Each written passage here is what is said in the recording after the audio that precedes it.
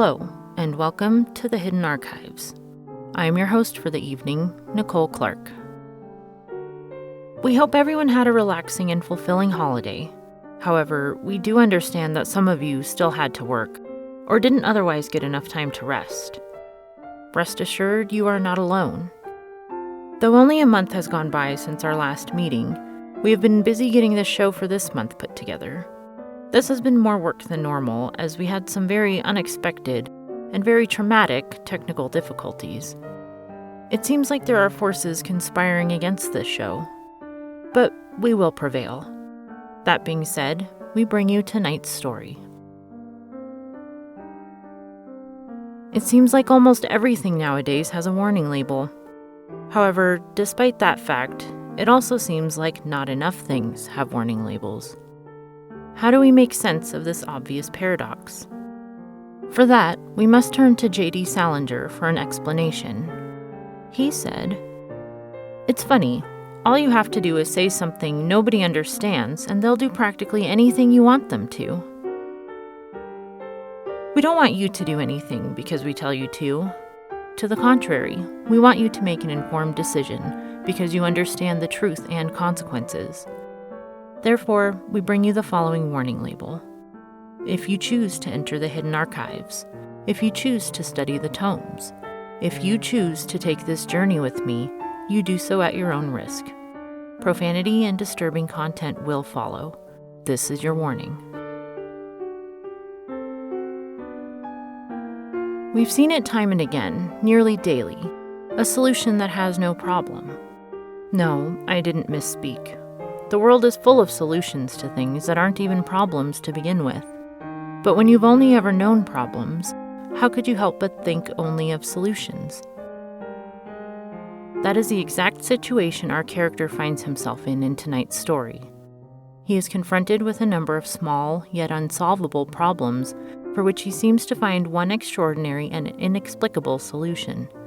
Of course, we know there is a name for this. We know the Latin term is Deus Ex Machina.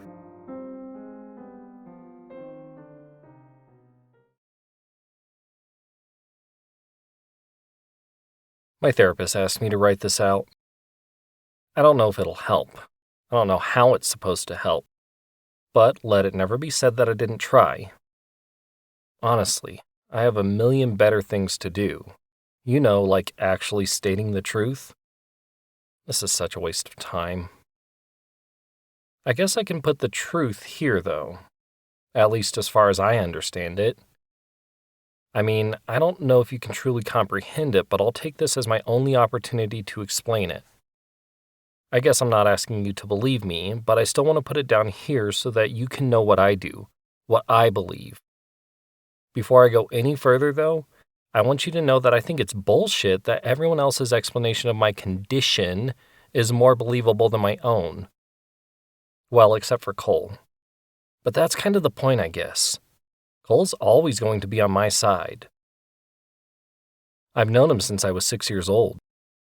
Seeing as I'm 35 now, I'd say that's a pretty long time. Especially when you consider that the city we grew up in is a major metropolitan that has thousands of people coming and going daily. Cole and I have stuck together through elementary school, middle school, high school, and college. He was the only constant in my young life. I suppose that might be part of the problem, though. I mean, I didn't have any consistency at home after the age of 7 when my parents divorced. When that happened, my dad got full custody and my mom moved to a different state over 1,000 miles away. I don't know how my dad got custody, though. According to my mom, he was a functioning alcoholic that drank to deal with a job that had him traveling away from home for days on end, 3 or more times a month. My mom, on the other hand, was able to live off of an inheritance and stay home all day. It seems like any court that knew this should have placed me with her. But I guess there's some sort of rule or something about the parent has to have a job. As it happens, though, this is how the decision was made. Would it have been better if my mom had full custody? Maybe, but maybe not.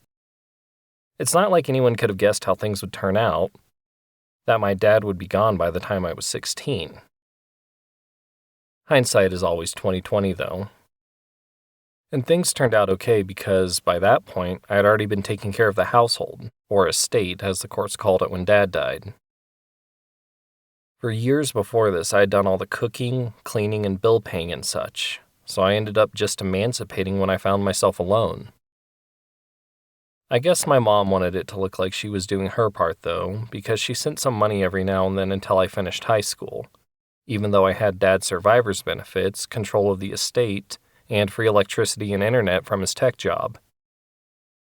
Credit where credit is due though, I suppose this did give me the security to finish high school a year early.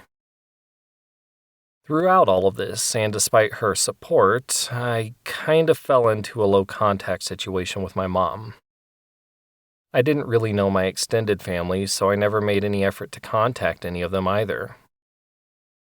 I guess I didn't feel like I needed my mom's support or anyone else's for that matter. It isn't that I intended to push my family away, but I was already pretty much independent. We just kind of fell out of contact. Like I said, Cole has been the only real constant in my life for a very long time. That's just how things were. Hell, to an extent, it's still how they are. I did my 4 years in college, then got a job working for my dad's former company. Again, Cole was with me as we started our careers at Dynacorp, but my mom was still absent. Well, until recently. I think this is where the story really picks up. Everything else so far is just context. Me meeting Cole, my parents divorcing, my mom moving away, losing my dad, and Cole and I just living life through all of that. It all brings me to this point, though I think it's still important to say what my life is like now. I actually still live in the same house I grew up in. Seeing as I work for the same company that my dad did, it didn't really make sense for me to move out after school. Things are much more constant and predictable now, though. I think I craved that growing up. With so much uncertainty and upheaval, I felt like I had no control. I always wished that, if I could have a superpower, it would be that I could know the future. Can you blame me? Of course, this isn't a fantasy world and there's no effective crystal balls, so I decided to do the next best thing. I decided if I couldn't know the future, that I would create it. That's why I studied artificial intelligence and digital architecture. Through this, I didn't need to know what the plan was. Instead, I would be the one making the plans. I would be the one engineering digital environments and determining the directions. And Cole would be right there with me doing the same thing. We could make the world whatever we wanted it to be, and I would never again live with the anxiety of not knowing. Idealist crap, I know. When you work for a major corporation, you know it's the board that makes all the plans and determines all the directions of the company and any projects. But I knew this much at least. It was a start. And I knew what office culture could be like too. The same mundane, day-to-day bullshit that happens everywhere. It was mostly predictable, and I was still in charge of major projects that would determine the future. It also helped that Cole and I were assigned to the same team, a team that consisted of just the two of us. Of course, you can't predict everything. What's that old phrase by Robert Burns? The best laid plans of mice and men often go awry? Yeah, that holds water. One of the few things I couldn't plan or predict was a work absence. It's rare that I get sick, and even more rare for me to miss work because of that. Usually when I feel a cold coming on, I make sure that I have all of my work materials and equipment so that I can work from home. My job is okay with this because they basically control all the digital access to and from my home. Honestly, I could stand to work from home more often if I let my company install some of the more advanced equipment that we use, but my home is my safe space. This is where I decompress and separate my personal life from my company. Or at least, this is what I thought. As it happens, one gets very little warning when it comes to food poisoning. With a cold, you might have the sniffles, a cough, sore throat, something. Basically, you know what's likely going to happen. Something like this would normally have been my cue to make sure I had my work things. Honestly, eating week-old fast food should have been a red flag. But I did it anyway. I'd fully planned, no. I expected to go to work the next morning on the night that all of this started going down. Initially, I felt great. It was a work night, so I hadn't been drinking. I was starting to get tired right on time, but I was hungry. I live alone and rarely have guests, so my larder isn't exactly overflowing. This left very little in the way of evening snacks. So, after browsing through the fridge and pantry, I settled on a burger and some fries I hadn't finished from almost a week before. I mean, what's the harm? Fast food is loaded up with so many preservatives anyway. Well, let's cut to the next morning, and I don't mean the next morning at 5 a.m. when my alarm is set to go off. I mean cut to 2:16 a.m. when I'm unceremoniously jolted awake by a storm raging in my gut. Without revealing too many gruesome details, it should suffice to say that I spent the next several hours getting way too familiar with pink bathroom tile and porcelain. Fortunately, the storm had mostly subsided by the time my alarm actually did go off. However, by this point, I not only hadn't slept for the majority of the night, but I didn't trust the situation enough to drive to work, let alone sit in an office for 9 hours, so I called out. Now, calling out isn't the issue. Since I do this so rarely and always get my work in on time, my superiors would have very little to say about the matter other than wishing me well on a speedy recovery. I should say that when I called off, I actually called. After all, I wasn't suffering from a virus that would inhibit my ability to speak. I wouldn't be coughing, losing my voice, or sniffling, so I didn't text or email my absence. In retrospect, doing so might have made all the difference in the world, but I actually phoned in and talked to my superior directly.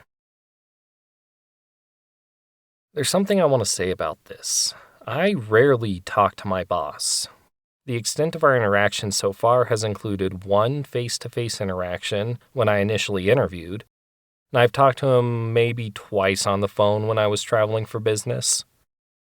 Other than that, he just signs my paychecks. That's it. I get assigned new projects through the company's internal ticketing system, then my boss signs off through the same system when the project's complete. Needless to say, my boss and I lack a certain familiarity with each other. But all the same, I wanted him to be informed that I wouldn't be there. So when we talked on the phone, things were a bit awkward. I skipped most of the small pleasantries and small talk and told him as soon as he answered, "Hey Jim, I had a miserable night. I don't think I'll be able to make it in today." He responded with, "Sorry to hear that. Nothing contagious, I hope." "No, I just ate something I shouldn't have. But I should be good by Monday." Alright, so rest up and feel better. We got some time on that automation project, so rest up in the meantime. Yeah. Plus, I think Cole can handle taking the lead on that one. For once, I'll rely on my team. I trust Cole. Jim was silent for a minute after I said this. I thought that maybe our call had been disconnected and was about to ask if he was still on the line when he came back with, Maybe your jokes will be funnier when you're feeling better. I was confused because I definitely hadn't made a joke. Did he mean my comment about relying on the team? I know I'm kind of independent and self-motivated, which he knows, so I said this hoping to reassure him that I am, in fact, a team player. I certainly hadn't expected a reaction, least of all laughter, at a non-joke. So I decided to lean into the idea that I'm a team player and said, "Yeah, I'm not too funny after losing a night of sleep. Sorry. Anyway, I still might be able to tag team this one though. Can you maybe ask Cole to bring me my computer? I left my things at the office thinking I'd be in today, but I don't trust a trip there and back with having a sour stomach." Again, he was silent for a second, but came back saying, I could probably bring you things myself, but I really think that maybe you should just rest. What? Why? I said. I only lost a few hours of sleep. I just don't want to do a whole round trip in case my stomach starts acting up again. There's no need for you to interrupt your day. Just send Cole with my things. Mike, I don't know what you're talking about. There's no one here by the name Cole. Yeah, there is. He's the other person on my team. Forgive me for sounding insubordinate, but I know you don't work directly with us, so you may not remember him. Just call the department line and he'll pick up. Mike, I oversee your department. You are my only direct report in that division. I authorize the access and the time for 20 employees in total, and I know all their names. There is no Cole, or even anyone with a similar name. The only person whose name might be mistaken for Cole is named Colleen, and she works in the records department, which is nothing like digital labs or environments where you work. You're the only one there. Was this some sort of weird fever dream, or was my boss really that out of sync with his employees? I didn't know what was going on or how exactly to respond, so I just said, I'm sorry. Guess my jokes are trash when I'm sick. I'll see you Monday. And then I hung up. Since I was still dead set on my own plans and motivations, I didn't lose any time before I dialed my own department line. I was just going to call in, talk to Cole, get him to bring me my work things, and carry on. Come Monday, I'd play it off as if nothing happened. Business as usual, so to speak. But what I really didn't expect was for my work cell to start ringing when I called the department from my personal phone. Of course, I jumped into work mode when I heard my other phone ring, something that had literally never happened until now, and hung up my personal. But when I did hang up on my personal, my work phone also stopped ringing. I checked the missed calls on my work phone and saw my own number listed as the only one. Now, what the actual fuck? When did they forward the department line to my work phone? Bureaucratic bullshit, if you ask me. Fine, I thought. I'll just call Cole's personal phone from my work phone. That way, he'll have to answer his cell on work time, if it's an internal call, that is. Of course, this hinged on having Cole's number saved in my work phone, which I obviously didn't. Fine, I'll just type his number by hand into my work phone from my personal. Easy. I think you can probably guess where this is going. I couldn't find Cole's number in my personal phone either. But why? Did my phone update and erase contacts? No, because every other contact was there as far as I could tell. Did I even have his number to begin with? I had to, right? I've known Cole since I was 6. I had to have gotten his phone number at some point, but I honest to God couldn't remember ever calling or texting him. The more I thought about it, the more I realized that almost every interaction between me and Cole had been in person. We had never once talked on the phone or texted. But I recalled we had emailed. I wasn't crazy after all. I could simply email him, find out whatever the fuck was happening, and apologize about being a bad friend for not having his number. Couldn't be more simple. The best part was that I could email Cole from my personal computer. I just have to log into the company VPN, open my work email, and find his contact there. As I figured I would, I found Cole's name at the top of my saved contacts.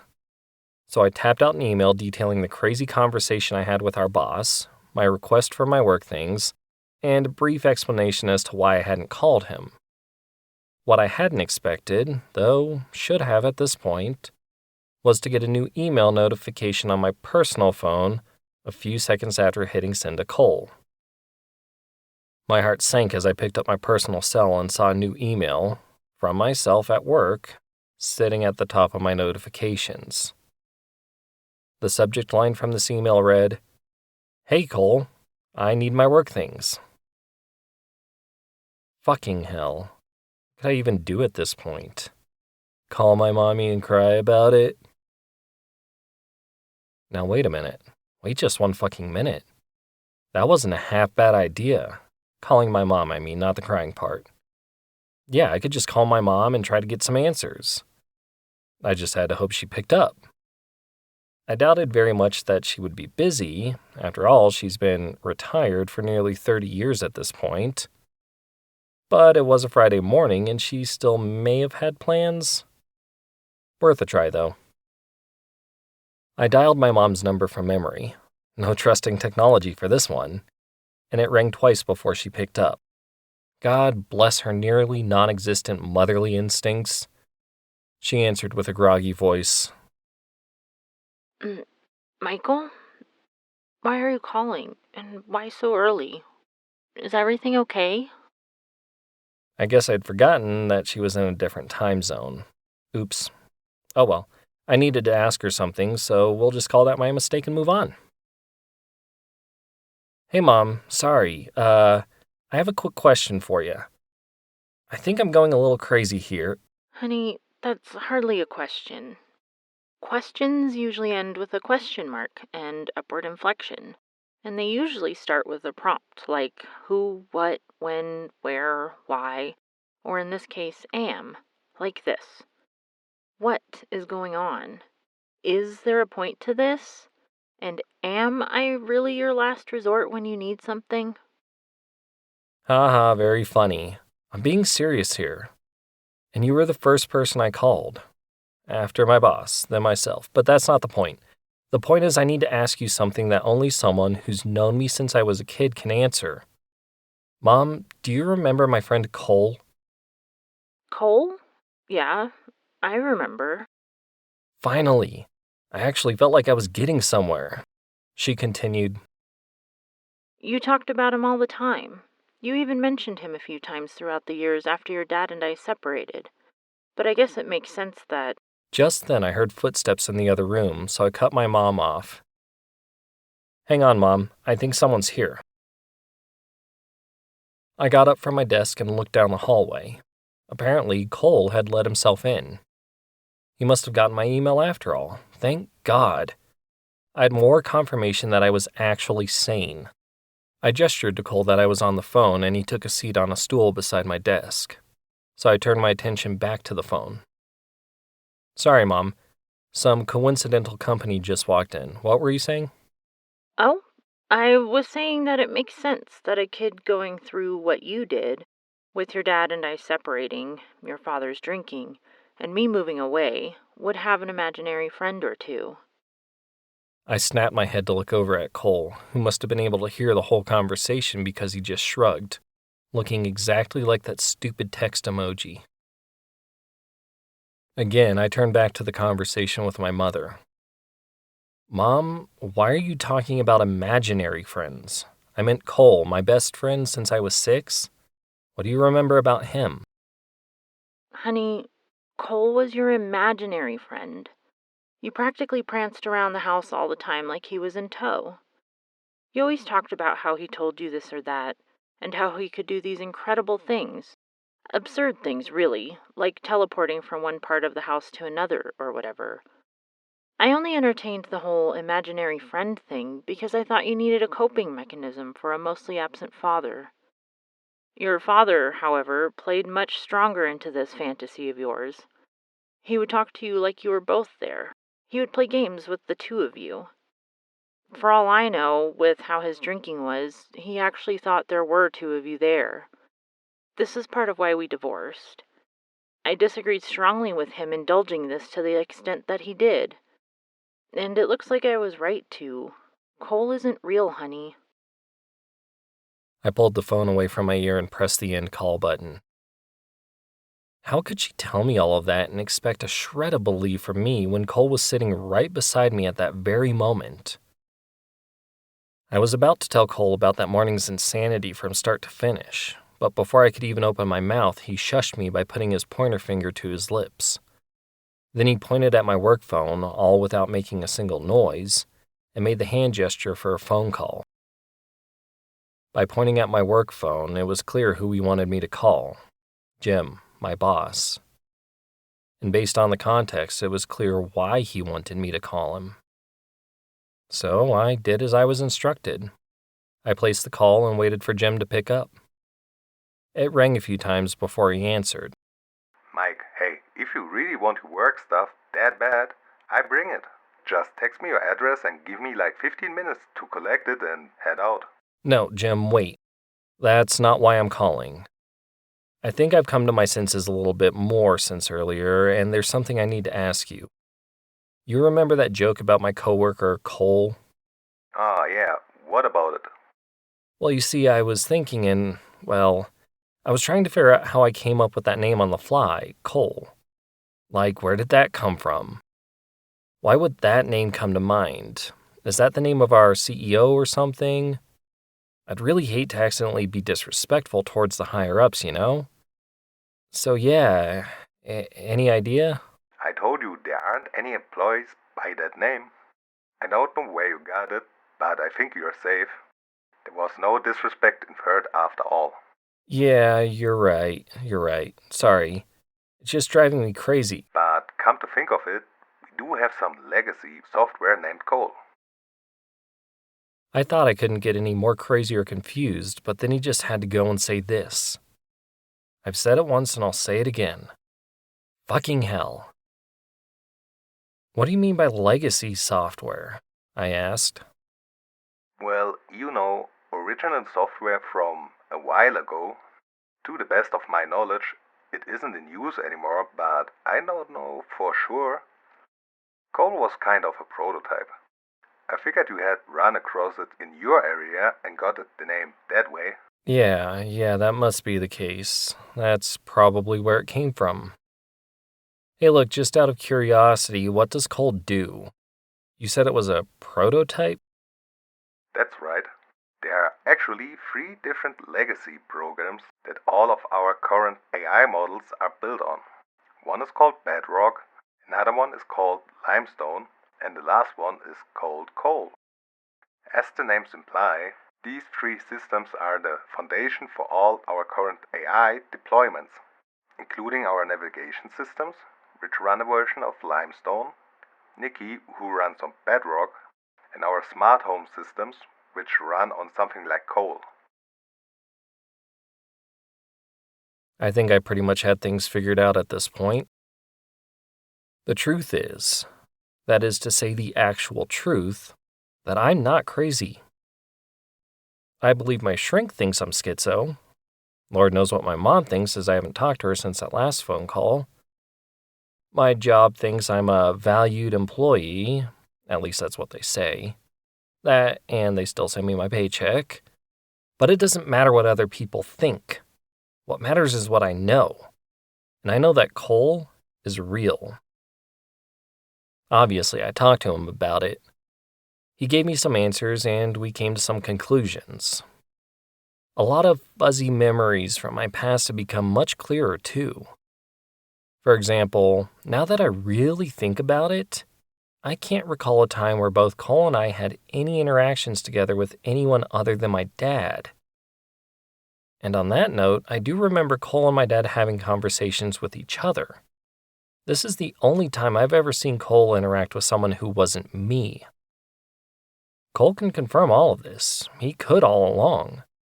I just never asked, and when it comes to Cole, you have to ask. You see, that's part of his nature. Cole isn't imaginary, but he isn't entirely human either.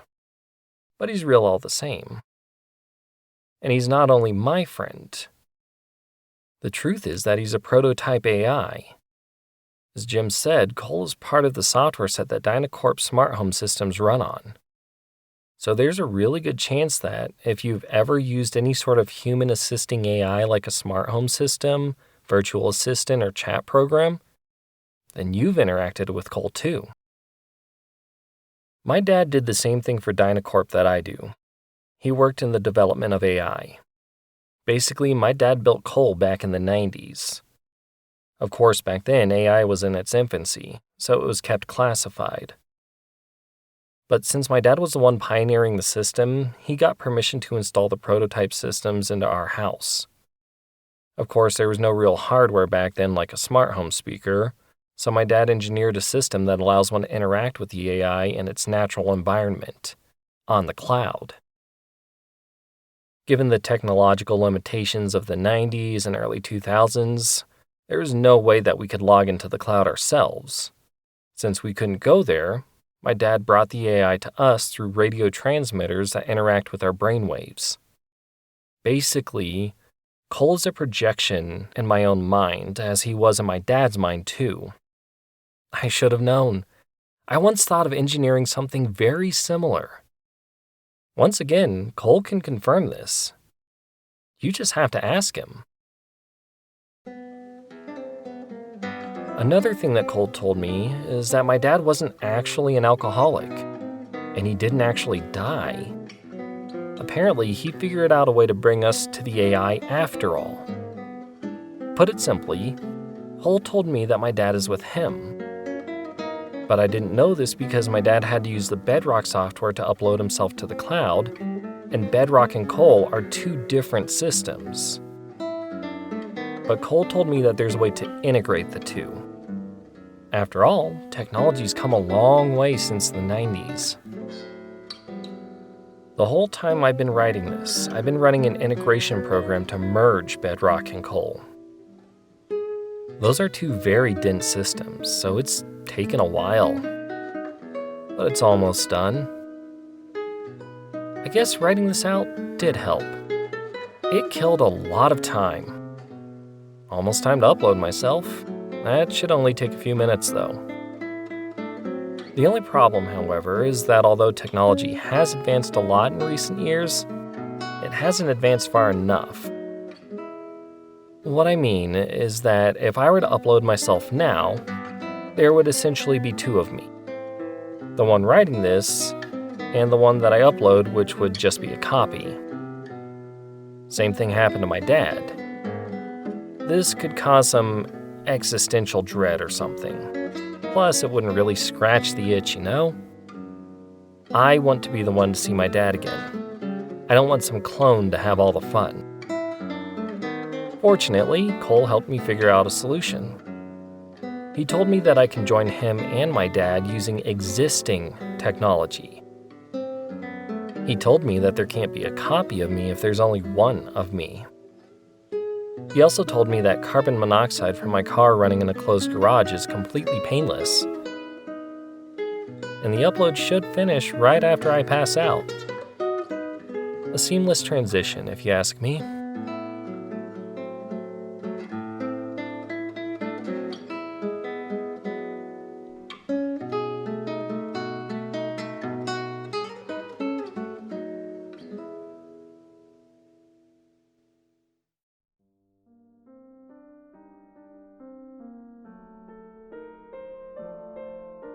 I, for one, can never seem to get Wi-Fi coverage in my garage.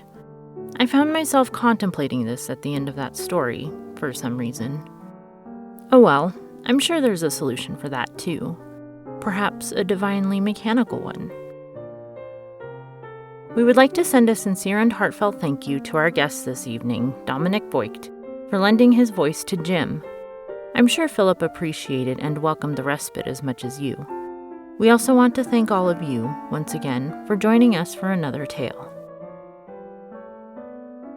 It looks like we have already settled into a one-story-a-month routine for now. With this being the case, you may expect the next story on the first Friday of February, and every month thereafter. Of course, our socials will keep you informed of any changes to that routine.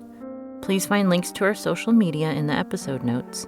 And please remember to share the show on your own socials and with your coworkers, pets, and lumps of food in your fridge that have gained sentience after sitting in there, evolving for the past several years. There are many more stories from the hidden archives that have yet to be shared. We hope that you join us next time for another glimpse within. This has been a production of the Rhodes Collaborative Experience LLC. Please know reproduction, duplication, or bastardization of any content without written consent from RCX or its partners. Ex animo, ex tempus, in archivum.